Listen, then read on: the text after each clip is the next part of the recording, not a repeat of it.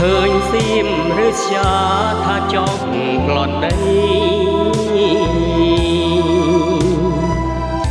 បង្ខំឲ្យរៀងត្រូវពៀងសឹកឆ្ងាយដាច់ទឹកដាច់បាយផ្លាក់ផ្សាយសងខាចោលសៀមឈាមខ្មៅសន្តានដោយសត្វមិនចេះស្ងៀមស្ងាត់ព្រោះតែមហិច្ឆតាតបខ្មែរមិនខ្លាចអងអាចហានខ្លាបាញ់បងប្រហាកាពីដែនដី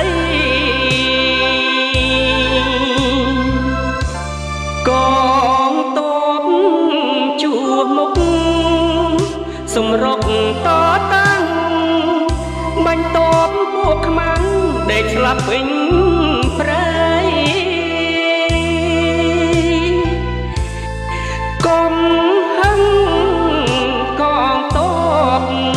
ធ្លាប់ថែទឹកដីស្លាប់រស់មានន័យយកជ័យជូនជាតិខ្មែរត្រូវរួមគ្នាការពារទឹកដីឲ្យសាំងដតីគេឃើញមាយាទចោលសៀមអបលាំងវាតែងតែឆ្លៀត